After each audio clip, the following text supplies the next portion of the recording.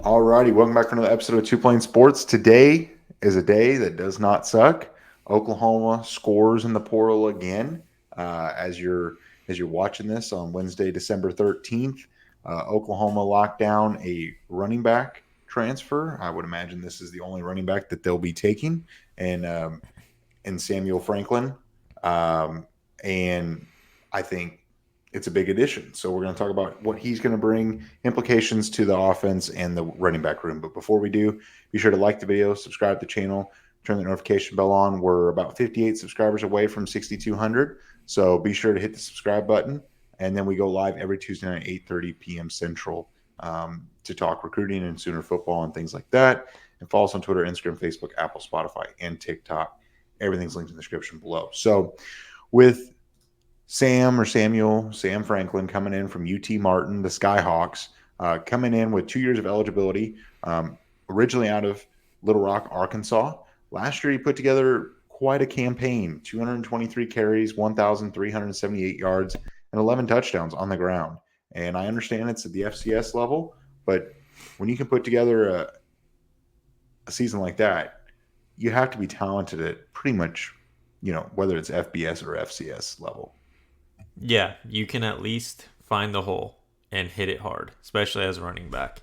Um, he's it'll be interesting how he gets mixed in the crowd too, because one thing we've talked about for months now, and even with the guys that have gone to the portal over the last couple of weeks from that running back room, you don't look at that room and think it's depleted of talent. Not like you did when Brent Venables first came in. Like, you had a lot of inexperience. You didn't really know what was going on there.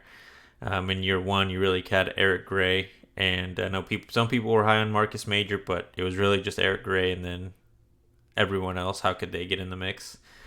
And Javante Barnes ended up helping out. In year one, last year was very, mix and match. It seemed like they were trying to target a matchup with their opponent. Tawvey Walker kind of showed he could be an RB1, and then Gavin Sawchuk took the reins as that running back one. This guy has that kind of potential, though. So it'll be interesting, going into next year, probably the spring game, we're all going to expect it's going to be Gavin Sawchuk, assuming there's no injury issues. He'll be RB1. Then if you wouldn't have added Sam Franklin here, you would assume Javante Barnes would get the rock as RB2 and maybe sprinkle in some Taylor Tatum, since he is the 5-star running back coming in this 2024 class. Now you've got kind of similar to that running back or the wide receiver room when you add Deion Burks. This was just the cherry on top of what is a talented room. Now that this room is being helped because of how good he is, and there were a lot of injuries to the younger backs. Javante and Gavin were dealing with some injuries going into fall. And Gavin, I believe Javante had a little bit of an injury bug as a freshman, and Gavin was just kind of catching up because he was a late enrollee. So you gotta hope that having a guy like this will just make it easier for the coaches to have someone to fall back on if an injury does occur. Because even if he's RB3, which with the stats that he put up last year at UT Martin, I don't see him doing that. I think he's going to get opportunities with Javante to see who's going to be the RB2, assuming Gavin, again, doesn't get hurt and just picks up where he left off.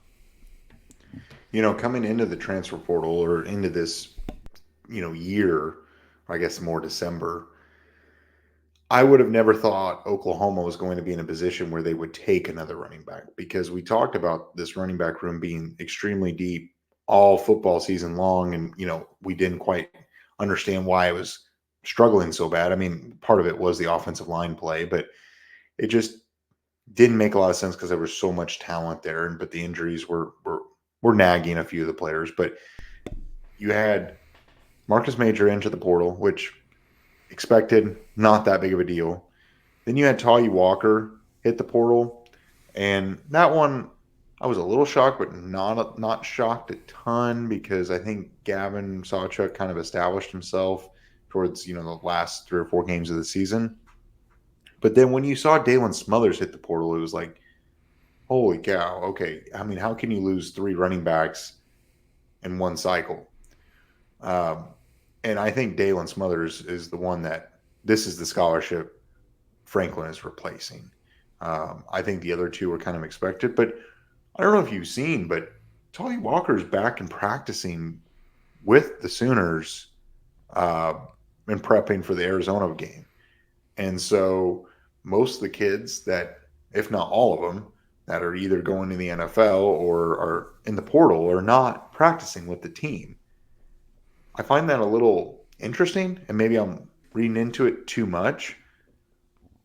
Maybe the transfer portal isn't as fruitful as he was hoping for. Tawny Walker was hoping for. I don't know, or maybe he's just trying to put another, game on film to try to get someone to pick him up or offer him a scholarship. I don't know. What do you think?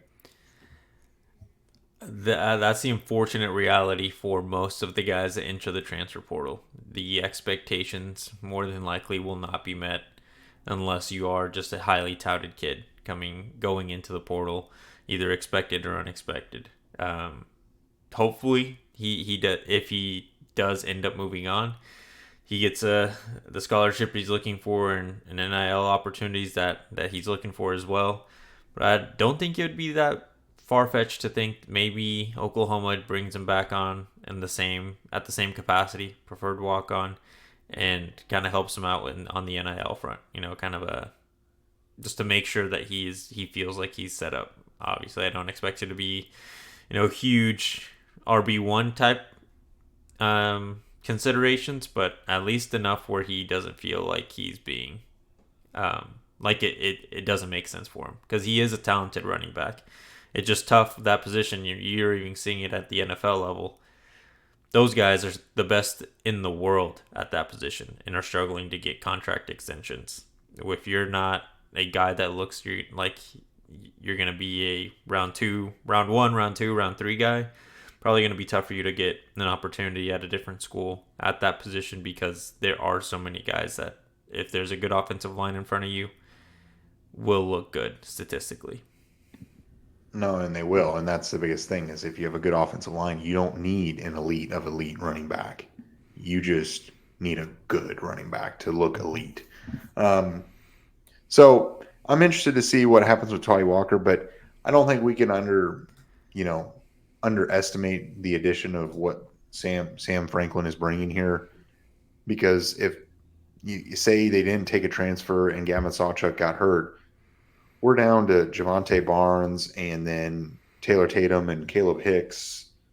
We're really young there, and they're very talented. It's just, and I know Xavier Robinson's coming too, but this was a much needed depth piece. He will contribute.